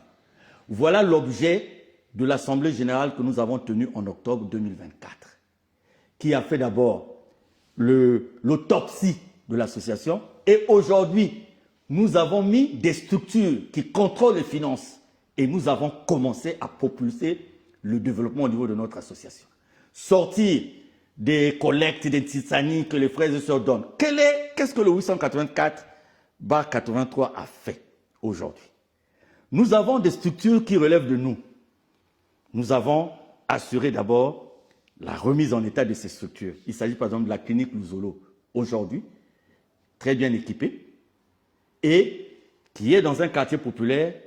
Et nous avons essayé d'arrimer cette clinique-là au même niveau que les cliniques de même dimension. Nous avons, dans le domaine des médias, le 884, nous sommes les premiers à avoir lancé une radio et à avoir lancé une télévision. Outil très important si nous voulons vulgariser les vérités divines de l'heure. Si nous avons fait ça sans crédit, nous avons fait ça sur fonds propres. Donc, des donations et des collectes. Aujourd'hui, en ce qui concerne la radio, en ce qui concerne la télé, vous savez qu'on est venu nous braquer. Nos amis sont venus un matin nous prendre l'émetteur, le 9 hybride qu'on avait, qui pouvait nous faire passer de l'analogie au numérique. Ils sont venus le prendre. Bien que le Conseil supérieur de la liberté de la communication, dans sa délibération, nous a donné raison. Ces gens-là, comme ils comptent sur les relations, le trafic d'influence, nous n'ont jamais remis cet émetteur. Mais aujourd'hui, nous sommes en train d'acquérir un émetteur que nous avons déjà payé un tiers. Les 2 tiers, nous sommes en train de collecter pour payer. Et nous sommes en train de terminer avec... C'est un bâtiment à nous, hein, la RTOPH. C'est sur terrain propre. Nous avons pris 2 terrains au niveau de Mongokamba. Nous avons l'orphelinat de Mvouti, qui va ouvrir officiellement sur le plan, parce que nous avons fait des essais, qui va ouvrir, là, ça c'est dans le cadre social. Nous avons lancé récemment, nous avons fait l'essai, et le 14 juillet, nous commençons le fonctionnement de ATT, Asla Transport Terrestre.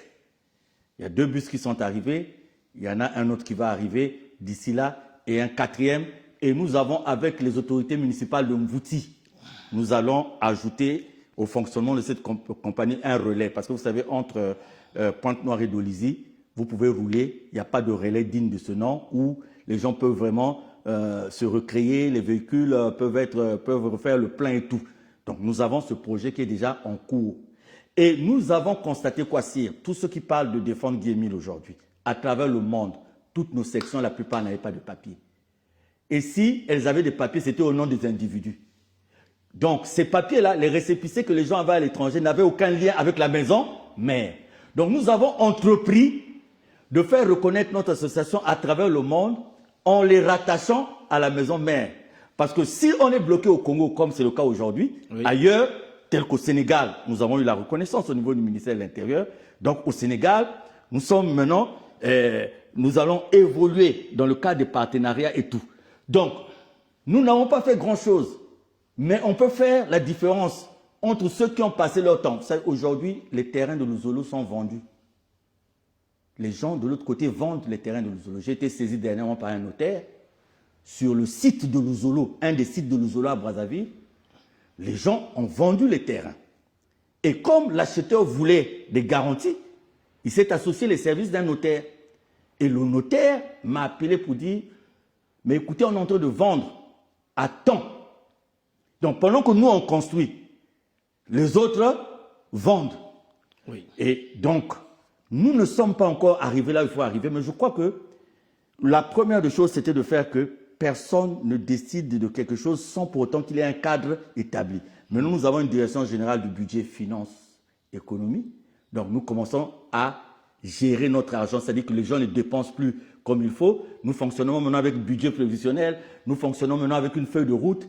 Donc, c'est des choses qui prennent du temps, hein, pour être assimilées, parce que oui, nous avons des responsables Mboka Mboka.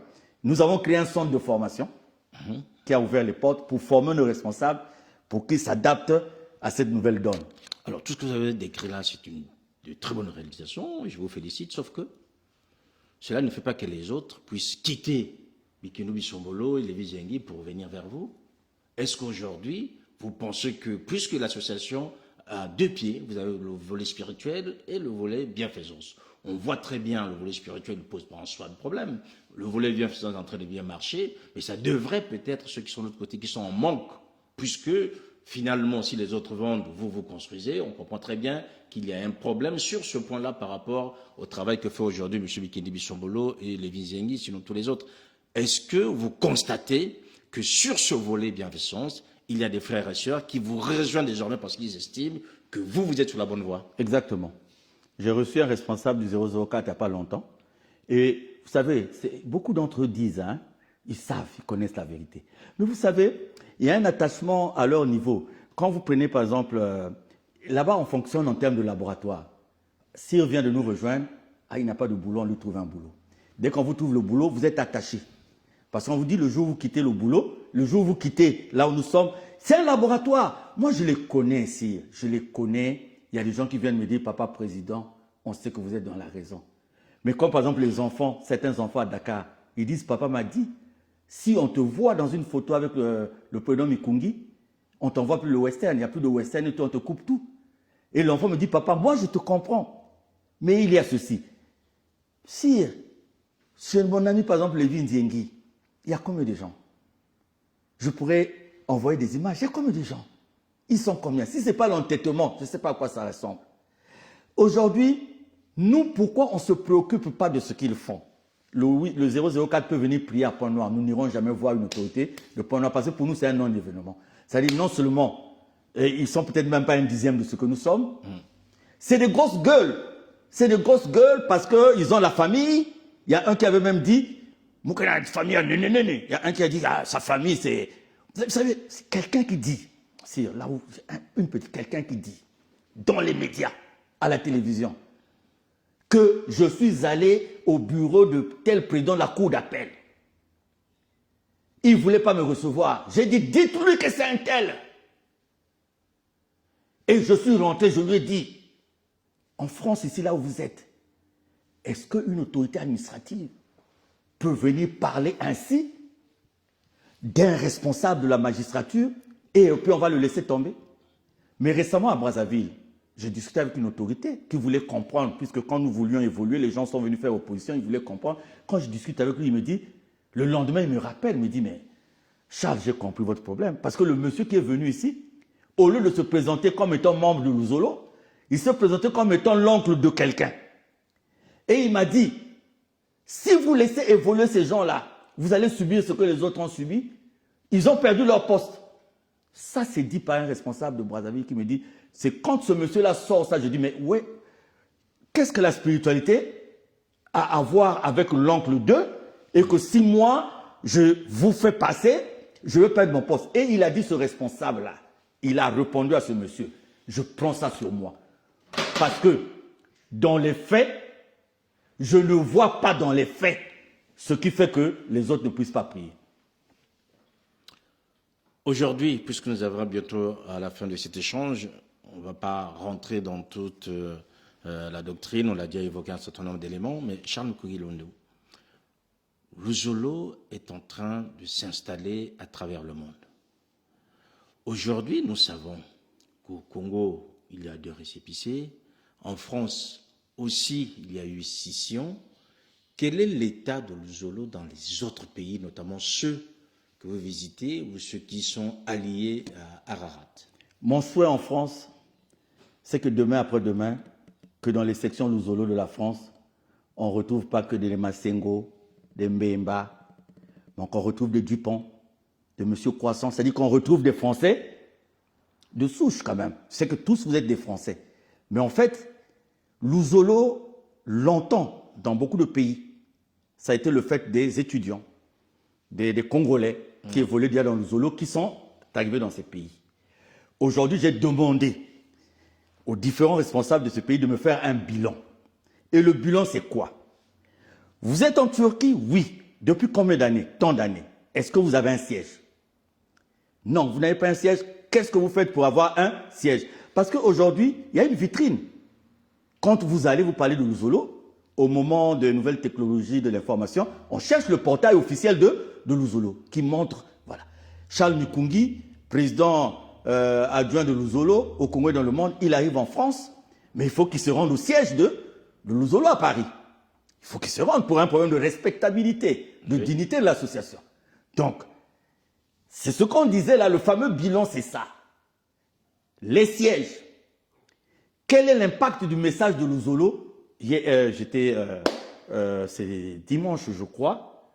J'étais parti d'un coin de Paris à un autre coin et j'ai rencontré au moins plus d'une trentaine de kimbanguistes. Comment je sais qu'ils étaient des kimbanguistes? Ils étaient en tenue de kimbanguistes. Et pas au même endroit. Donc, je les ai rencontrés porte de Clignancourt, d'autres j'ai rencontrés par là-bas, d'autres. Donc, j'ai vu des kimbanguistes dans Paris.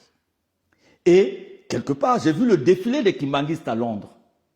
J'ai vu l'orchestre philharmonique kimbanguiste. Et si on parle de l'église kimbanguiste en France, on dit oui, il y a l'église kimbanguiste. Donc, notre premier objectif, c'est de faire que les sections de Luzolo à travers le monde ne soient pas des regroupements des Congolais d'origine qui, par affinité, se retrouvent.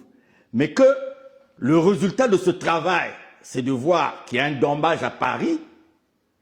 On voit, Paris, c'est une ville cosmopolite. Donc, l'association doit refléter aussi ce caractère. Oui. Sinon, on fait quoi? On tourne en rond. Nous sommes comme des mutuelles où des Congolais en mal du pays ou en mal des autres se retrouvent. Et le plus souvent, ils oublient de faire le travail qui leur est demandé. C'est de parler, un tel, tu avais vu, mais il avait pris ceci, il avait pris... Et à longueur de journée, des années, on passe à ne faire que ça. Et aujourd'hui, nous avons une section pilote. C'est la section de Dakar au Sénégal, puisqu'au Sénégal, nous avons un arrêté ministériel qui reconnaît notre association comme étant l'association mère Luzolo Amour Européen de Kibossi, et donc qui est reconnue dans ce sens-là à Dakar. C'est pas parce que vous savez, vous pouvez avoir un récépissé et le nom c'est l'association Luzolo, mais quand le récépissé est au nom d'une autre personne, c'est pas la même association en fait. Je ne sais pas si Cyr me comprend. Je comprends très bien. Donc aujourd'hui à Dakar, c'est fait. Dakar, nous avons Dakar où nous sommes en train de tenter quelque chose de très fort et je sais que ça va aller. Aujourd'hui, quand vous parlez des 004 sur le plan du monde, je vais vous dire aussi que là, la carte est en notre faveur, en faveur des enfants de Guy Émile Loufoua Sétou-Kouabo, parce qu'en Afrique, les grandes sections de l'Afrique relèvent de 884-83. Donc le Gabon, le Bénin. Surtout le Bénin. Le Bénin, c'est un exemple, c'est extraordinaire. Le Bénin, il y a tout un village qu'on appelle Dogbo. Tout un village où personne n'a mis les pieds au Congo. Personne n'a mis les pieds au Congo. Et Guy Émile est apparu. Sir Makosso, le Bénin, sur le plan de l'athéisme, c'est un pays très poussé. Le Bénin, c'est le vaudou.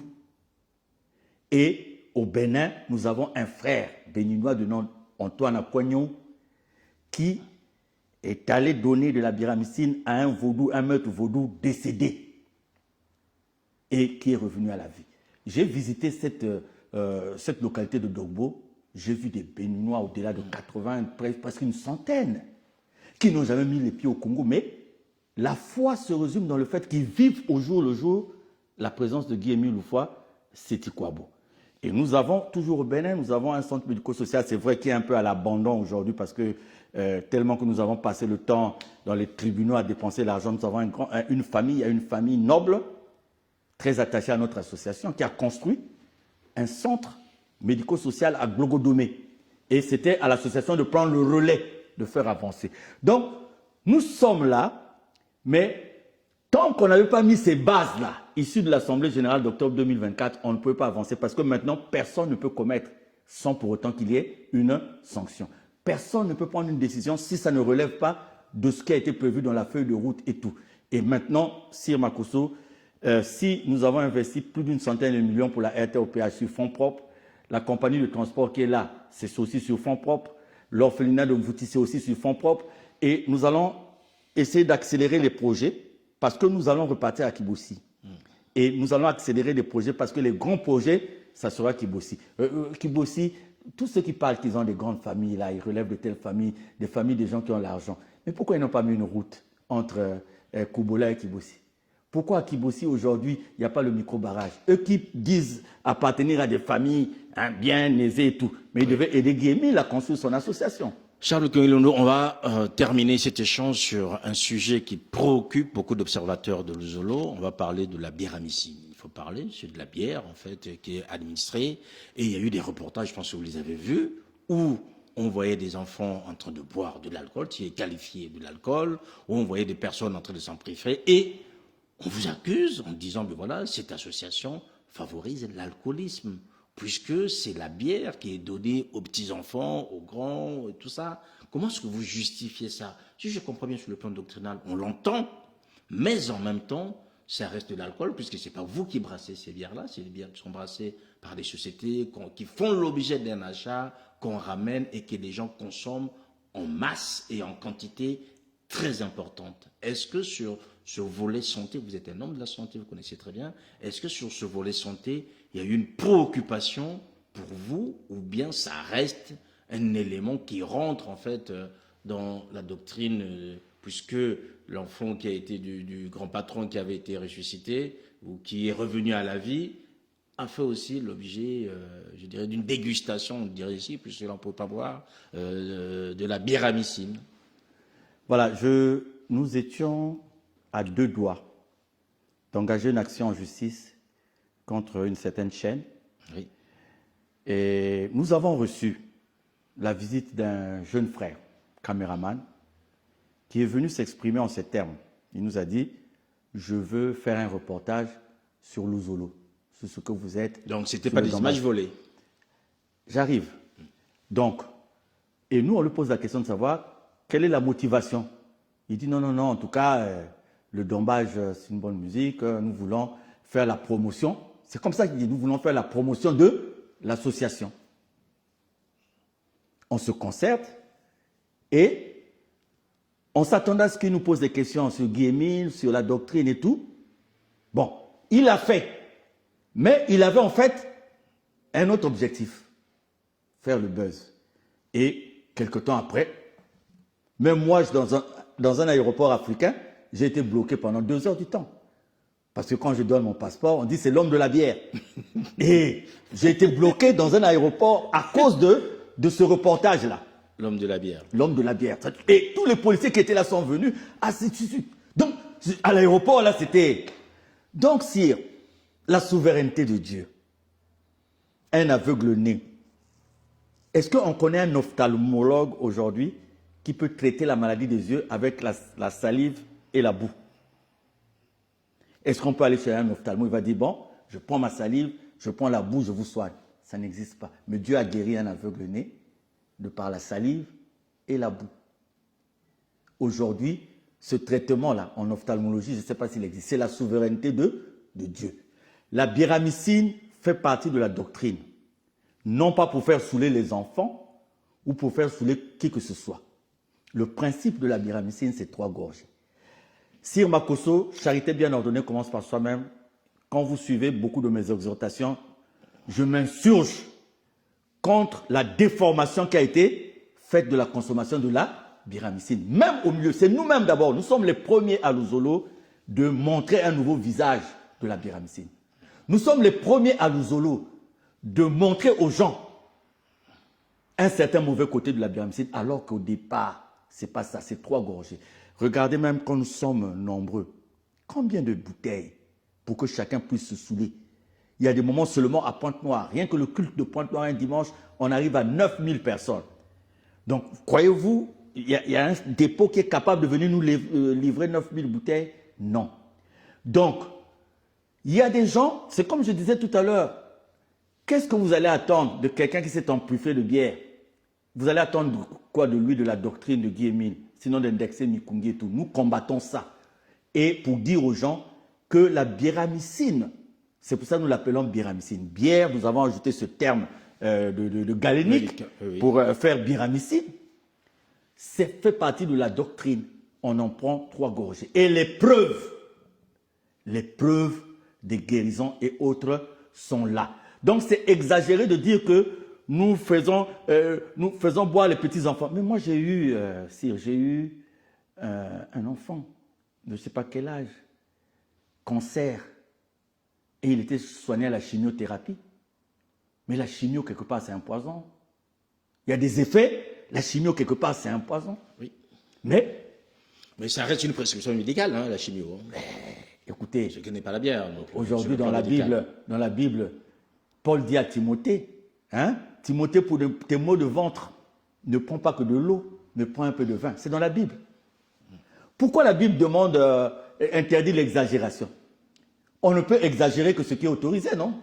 On ne peut exagérer que ce qui est autorisé. Et le premier miracle de Jésus, à Canaan, au nom de Canaan, il a vu que l'eau ne suffisait pas. Et les gens disent que non, le vin là dont a parlé Jésus n'était pas alcoolisé. Ah, ça c'est nous les hommes de la terre. Donc en ce qui concerne la biramycine, nous avons une réponse que nous allons donner d'abord. Nous allons demander à cette chaîne-là de publier notre droit de... Ça fait je ne sais pas combien d'années vous ne l'avez pas exercé. Non, ils l'ont relancé là. Ah, d'accord. Ils l'ont relancé. Nous avons dit que nous leur avons parlé comme ça. Oui. Et on croyait que ça allait s'arrêter là.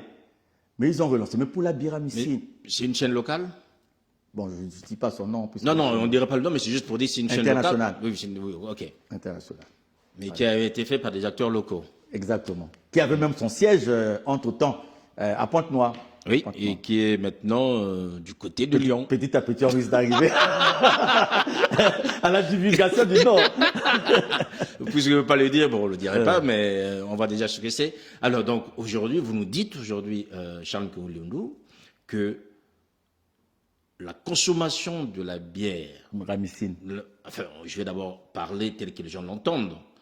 Entendu à l'ozolo comme étant biramycine, donc avec des vertus qui puissent apporter la santé ou autre chose, et aussi notamment dans son exagération, est une préoccupation pour vous. Grande préoccupation. Vous-même, vous êtes dans la santé, je l'ai dit tout à l'heure, donc c'est quand même un problème de santé. Vous nous parlez de 3 gorgées. Est-ce qu'on peut donner 3 gorgées à un bébé, à quelqu'un qui a 80 ans? La gorgée que prend un bébé, est-ce que c'est la même proportion que la gorgée que prend un adulte? Ben, je ne sais pas, je vous pose la question, voilà. puisque c'est vous qui êtes... Parfois l'enfant n'avale même pas. Ça dit que... Mais parce que dans le reportage, dans le reportage, on voit quand même des enfants, mais en très bas âge, avec des bouteilles qui sont en train de porter vers la bouche. Ça, on le voit, c'est dans le reportage, c'est visible. Et à ce moment-là, les parents font quoi? Sire, ce qui est dommage, ce qui est vraiment dommage, c'est que cet élément de la doctrine qui a produit des témoignages et qui continue de produire des témoignages que les gens cherchent à s'arrêter. Nous suivons comme tout le monde l'évolution des choses. L'UNICEF, tout ce que les gens demandent. Oui. Mais écoutez, nous sommes nous aussi dans ce que nous faisons qui répond à notre doctrine. Et la réponse à cette doctrine à travers la biramycine, ça a un caractère sacré. À partir de cet instant, le caractère sacré nous conduit à ne plus juger cette consommation comme si c'était une consommation de bistrot. J'ai dit que ceux qui confondent cette consommation, même dans notre propre sein, sont, en tout cas, nous ne ratons aucune occasion. Vous allez voir, il fut même une époque où des gens qui se disent être de l'ozolo, qui portent les marinières. C'est ce que je disais tout à l'heure. Ce n'est pas le fait de porter des marinières. Nous avons vu des grands rassemblements, de grandes retrouvailles, quelque part. Moi, j'ai eu honte. Nous sommes allés vers la frontière après Tchamanzassi. Et c'est le maire, le chef du village qui vient me dire « Ah, mais président, mais il fallait nous dire ça. Vraiment, vous n'avez même pas encore commencé la fête que tout l'alcool du village est déjà fini. Il fallait nous dire que vous en consommiez comme ça. » Ça m'avait touché. Alors que nous apportions un message de Dieu. Voilà. Donc, il y a des ramassis partout. Malheureusement, il y a des ramassis partout. Et leur façon de faire ne correspond pas à ce qui est exigé. Et à chaque rassemblement, est-ce que vous régulez? Est-ce que quand vous réunissez, est-ce que vous régulez je vais donner un exemple. Si on peut, voilà. Oui, je vais donner un exemple. Par exemple, là, le français n'est pas ma langue maternelle de toutes les façons. Donc, actuellement, nous avons une quarantaine de casiers, par exemple. Dans les grands cultes de Pointe-Noire, nous avons une quarantaine de casiers, par exemple, pour 9000 personnes. Ce qui n'est pas grand-chose. Pour 9000 personnes. Et j'ai même vu des frères à nous, pendant la séance, donc il doit prendre la bouteille et faire passer à d'autres. C'est aussi un acte de communion, hein, que vous buvez par la même bouteille. Faire passer à l'autre.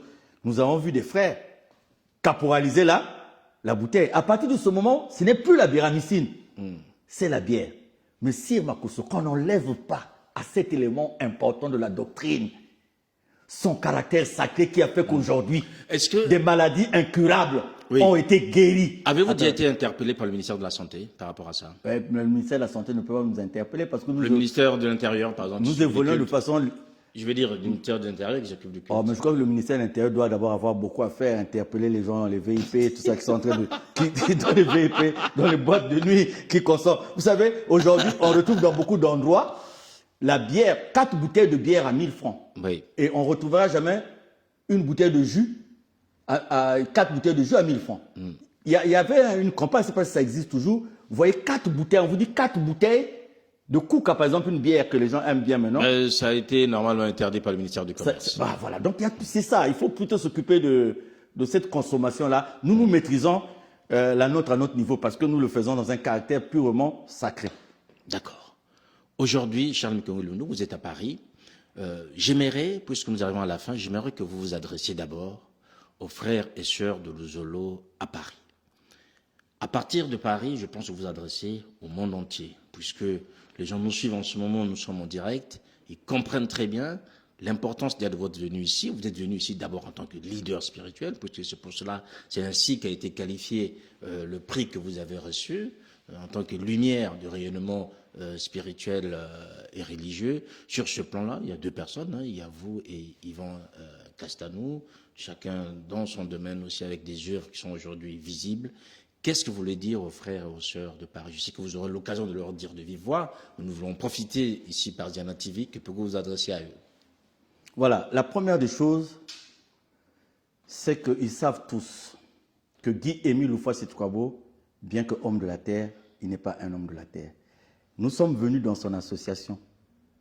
Et si nous sommes venus dans son association, nous sommes venus de notre libre et propre volonté.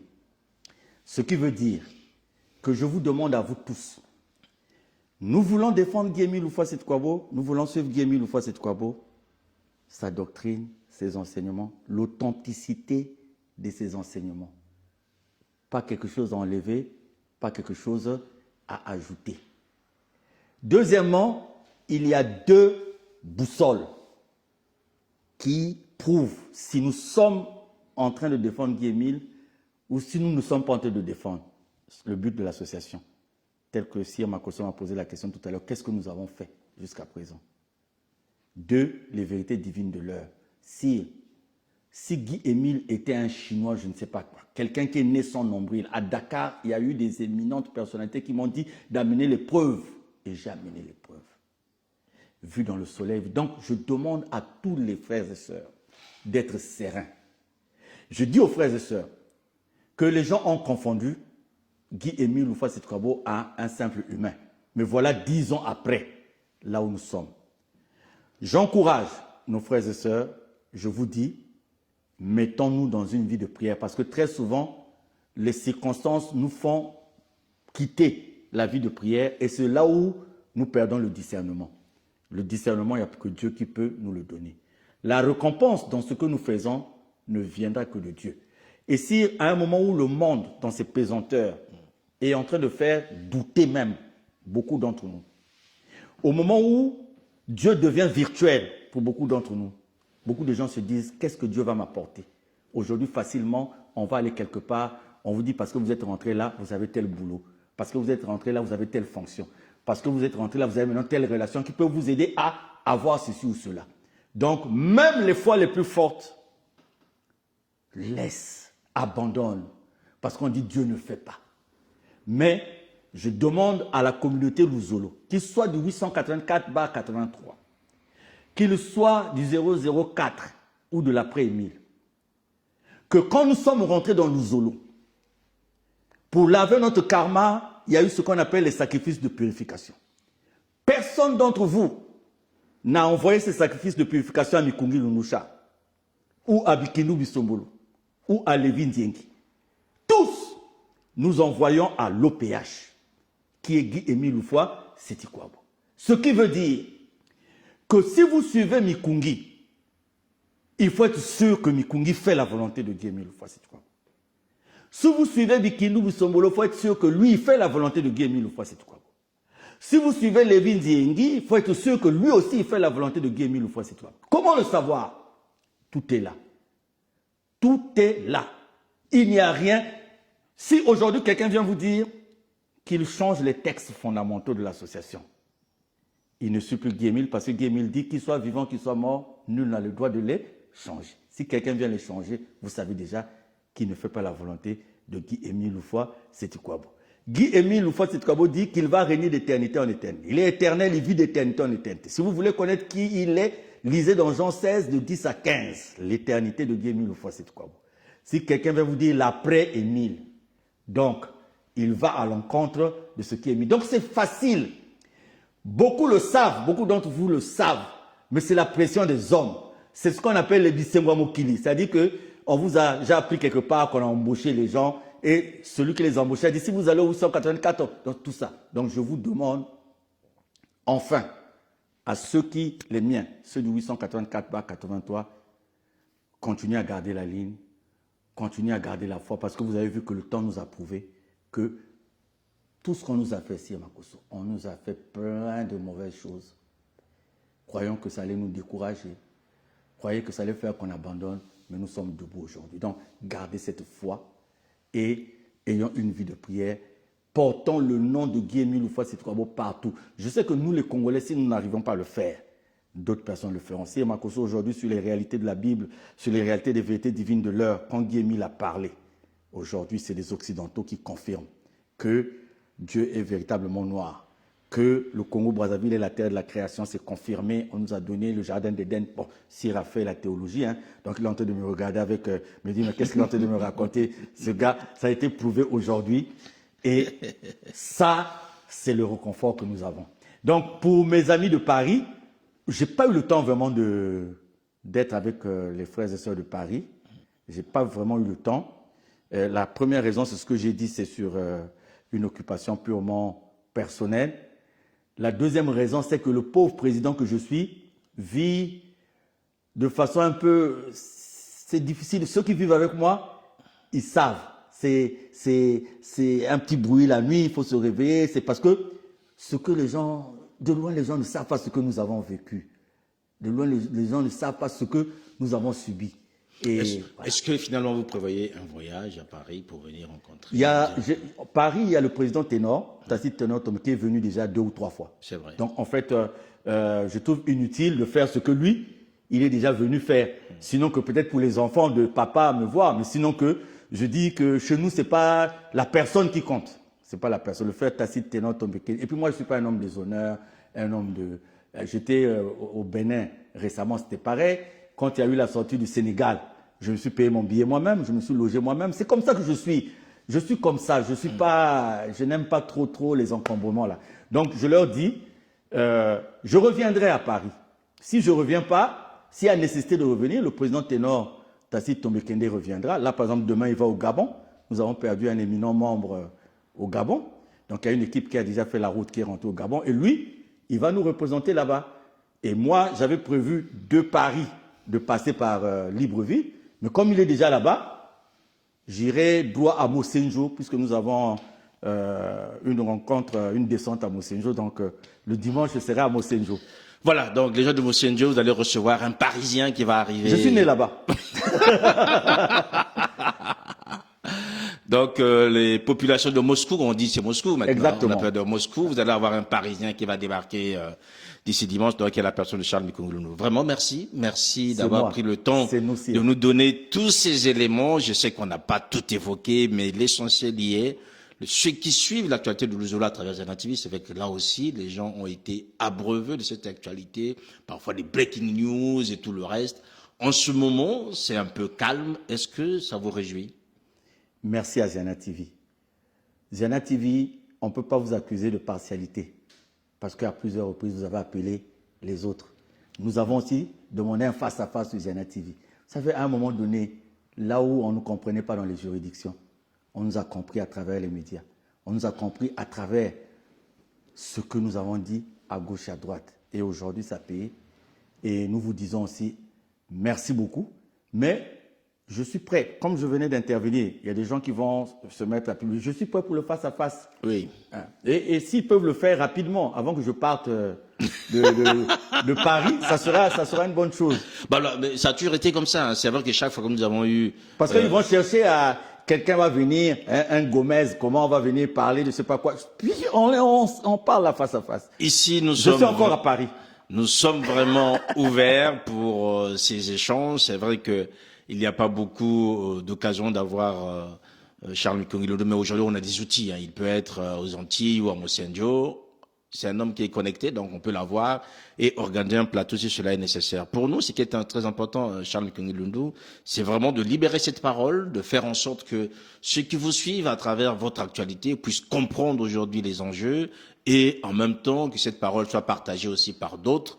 Donc nous restons ouverts par rapport à ça et je vous remercie pour votre ouverture, d'avoir pris le temps d'être sur Ziana TV et évoquer toutes ces questions, tous ces sujets liés à Luzolo, à Asla Luzolo, OPH, Asla Luzolo. Enfin, ce qui est sûr, Charles Mikongilundu, nous espérons que vous reviendrez à Paris et que nous pourrions parler en long et en large de la doctrine. Il y a sans doute des choses qui ont besoin. Oui. En fait, j'aime pas Paris. Ah. Il aime plutôt Mosenjo que Paris, on a bien compris. En fait, dès que j'ai mis mes pieds à Paris, j'ai envie de repartir au Congo. Voilà, mesdames, messieurs, merci encore à vous, merci à ceux qui ont accompagné Charles Mikongilundu dans les coulisses. Mon brave cadet. Voilà. Ah. Merci Anthony Mouyongi, merci à vous aussi, mesdames, messieurs. Vous avez bien compris, c'était un entretien spécial. On a évoqué beaucoup de sujets et surtout l'actualité que vous suivez. Voilà, l'un des acteurs de cette actualité, Luzolo Amo, il a été exclu, la justice a fait son travail, il est revenu. Donc c'est un homme qui parle en toute quiétude. Ce n'est plus un paria de Luzolo, mais un père, puisque vous voyez que tout a été fait sur la base de la justice. Et j'espère, Charles Mikongilundu, que pour les années qui suivent, les actions peuvent s'éteindre normalement si la volonté y est, afin que l'essentiel est que l'action de Dieu ne s'éteigne pas. Non, les hommes peuvent éteindre ce qu'ils veulent. Oui. Moi, c'est Dieu.